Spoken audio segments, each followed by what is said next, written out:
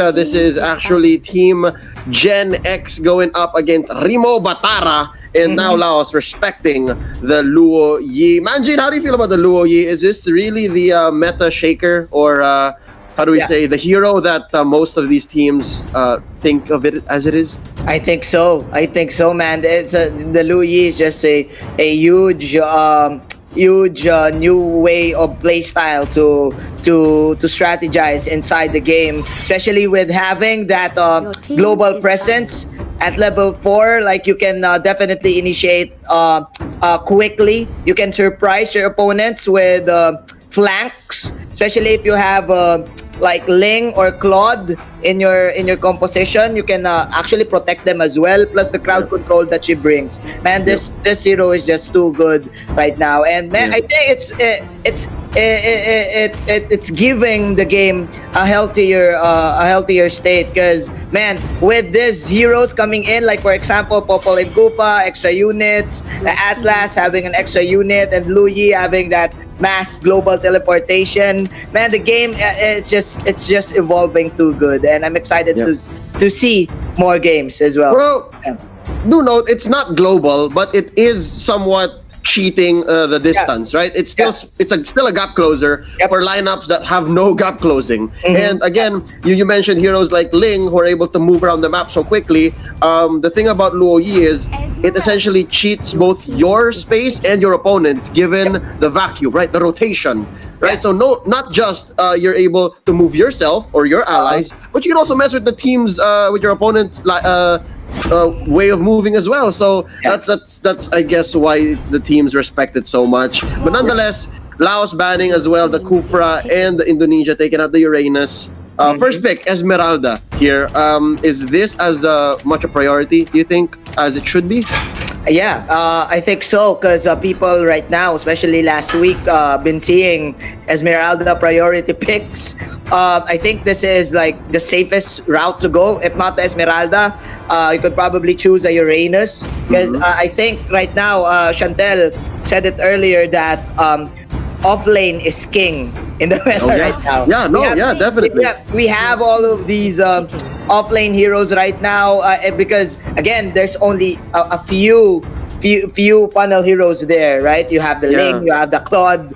If not the Ling, not the Claude, the Kimmy and the Hellswitch. So your only options are these offlaners. Actually, you know what, right? Manjin, you're right, but isn't that counterintuitive? Because given how small the pool is now for mid laners, that is cores, and even tanks. We've been talking about this the past few days, that there are literally only 3 tanks that you want to go for. It's only Atlas, Hylos, and Kufra, and when those go banned out, then you're kind of stuck with a compromise or a very specific strategy. I wonder why, because there are so many more choices for side lanes, but nonetheless, again, safe is safe. But let's talk about what Indonesia prioritized here is the Atlas and the Claude. Very, very strong. I do think they are in the lead when it comes to the draft here, before the second phase of picks. Do you agree with me? I don't know, man. I think it's 50-50, because the Atlas and the CHOUN, the Esmeralda is a good response to it. Esmeralda is a good counter to the Atlas. What the Esmeralda can do is just bait out the perfect match, the Atlas, in using the perfect match, and then Esmeralda can just start as her way out and steal the shield of the Atlas. But then again, you have this crowd control lineup now for Team Indonesia. I think what Team Indonesia is doing is they're now responding. They are now reacting to the Ling pick, because they immediately went for the CHOUN after they saw the Ling. So it means that, hey, they're going for the Ling lineup. What do we need? We need crowd control and we need burst. There you go. The Kagura is their 4th pick.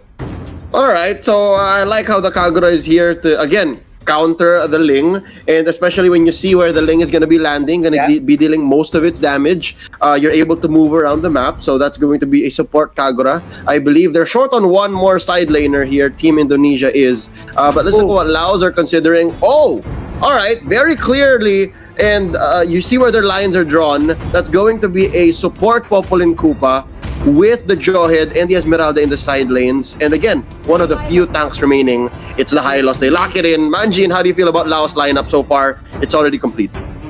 I don't know, man. I think it lacks something. I think it lacks a tempo hero. Well, a Ling is a tempo hero, but all of your damage is just within the Ling. CHUN. Unlike Team Indonesia, you have a Claude. The Esmeralda can transition to a carry in the late game, even though it's a support. Plus, you have a Cho, and a Cho has damage too, right? Sorry, the Kagura. I mean, Kagura. Yes. Yeah. The Esmeralda, yes, she can also transition to a carry, but I think this is like a still a priority tank. Man, I same thoughts as you. I think the Kagura and the Tams are just good picks here for Team Indonesia. They reacted well, and yeah, man, let's see, because it's Team Laos. Like what you've said, leaning towards their late game insurance, the Cho. But man, I think one thing to take note as well is that they have the Popol in Kupa late game. So still, I'm not really sure. But yeah, Team Indonesia, for me, they won the draft. So let's see. We are now inside the game, ladies and gents. Look at this, Leo. Very interesting. Look at Team Indonesia. It's a mirror. Melagris, yeah, it's a mirror move. But I think Hen and Melagris will be the first ones getting the orange buff. And look at this. Hen just pushing Peter out of his own jungle. That is rude, all right? But again, how can you fight a Tams early game with an orange buff, right? That's a losing battle. So now Team Indonesia going to secure their own purple, while Team Laos not doing the same just yet. What's going on? There's a big fight here in the river, and RICHJAYA was able to punch the Little Wanderer. Yes, he was. Nice. Yeah. He stole it. Oh my. That was huge for RICHJAYA. That was a good objective coming from Laos. But nice initiation there. Coming in for CIKOO. It's a 1-1 trade. But man, I think Team Laos, they're leading by around 300. But I think Team Indonesia, they're still driving this one. Like, yeah. Oops. Yeah, well, that was close, man. As you were speaking, my dude, Princess almost went down and was able to BMI out. I literally skipped a beat, like, oh. Yeah. Meanwhile, there's your ejector for RICHJAYA. Dream right now trying his best to negate Team Indonesia and putting up more pressure. So yeah, man, I think one thing we did not notice for Team Laos is that they can actually fight head-on 5-on-5 in the early stages because of their lineup. They don't even need ultimates right now. Yeah, actually, Team unlike Laos is a little bit more of a mid-range team. It's just that they live in the mid game, and then they can transition with their insurance. That is Peter and HURN. That aside, Team Indonesia, they're a little more safer they're a little more independent, if I may say. Like each of them, save for CIKOO, can actually do things by themselves. Now they're trying to catch out Shut Up here. Oh, CHOUN's gonna join the fight. CHOUN here. Oh no, here we go. Shut Up barely surviving, and that goes down. The Atlas is gonna bite it. You know what, Leo? You're right. Team Indonesia, they're freelancers right now. They can actually take fights 2-on-3, 1-on-2. They want pickups right now. But for Team Laos, they're a group. They're a huge company that wants that 5-on-5. Because if you're gonna think about it, Team Indonesia, they have huge ultimates that needs cooldown as well. You have the Fatal Links, the Way of the Dragon, and the Blazing Duet. So I think for Team Laos, their win condition here right now is to just force out this 5-on-5 team fights, just like this. It's a delicate dance, and the flicker by Dream able to help CHOUN get the finishing touch onto the Kagura. Now Princess with the Blazing Duet. There is the Glorious Pathway and a Fatal Links. CHOUN goes down. CIKOO helping his core get a kill. Now HURN gonna be up next. RICHJAYA putting the 1-2 punch down onto the Ling, and I believe that's going to be that. Is there another kill here? Shut Up barely walking away. There's another hit onto Dream, and they will disengage. A 2-for-0 in favor of Team Indonesia. Still a good trade, but no conversions just yet. Imagine, if I may say, Hen here is a great worker alone, but he's only really able to kill Peter, and that seems to be his story. Now he wants to get more on the map, and this could be a good conversion unless Laos can steal. He finally realized that, hey, I should join the team fight now, because I've gotten my power spike and my damage is now ripe. He is now level 7, and look at this, manning up onto 2. Can they kill him though? That is the ejector plus Koopa is still biting him, but Hen bites harder.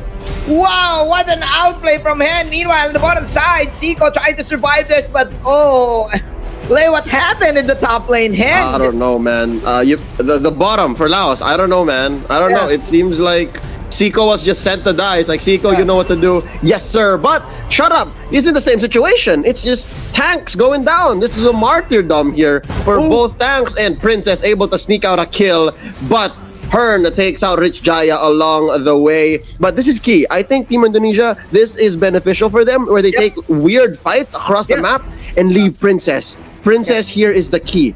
Yeah, protect the Princess no matter what, right? Yes. Protect the Princess. And man, like what we've said earlier, Team Indonesia, they love this confusing skirmishes inside the map. Like, they want to play mind games with Team Laos. Hey, are we gonna enter the fight? Or hey, are we like gonna back up? Are we gonna disengage? Is CIKOO gonna go for the fatal links? Or is he just gonna pump fake it? Man, Team Indonesia right now, I think slowly but surely they found out that, hey, we can win this way. We don't want a 5-on-5 rumble. We just want to pick them up bit by bit, little by little. For sure. They want a duel, if anything. Because here, Hen is looking for a fight. Wants to bite down onto Peter. Frost Moon Dance here, gonna save him. But can they get down to it? And a fatal links onto one. Why am I so hyped? It's just a tank going down. Shut up, bites him. For 3 people who had to focus down on him. But yet again, this is for Team Indonesia. This is their strategy. It's a delicate dance. They have to time their ults. They have to time their rotations so that as long as possible, Princess has a free time farming. Yeah, man, dude, I think one mechanic that Atlas has, I think that he is kind of like a counter to the Hylos, because every time Hylos pops the Glorious Pathway, the Atlas has the Frigid Breath, his passive. Like, if he pops the perfect match, he immediately pops his passive, and it gives him movement. It gives him crowd control slow. So no matter how fast you are inside the Glorious Pathway, you will get slowed just like this. CIKOO and Team Indonesia. There you go. 3-man facial links from out of nowhere. Shout out to Michael Cole for that code, man. CIKOO putting on a show for Team Indonesia. And there you go.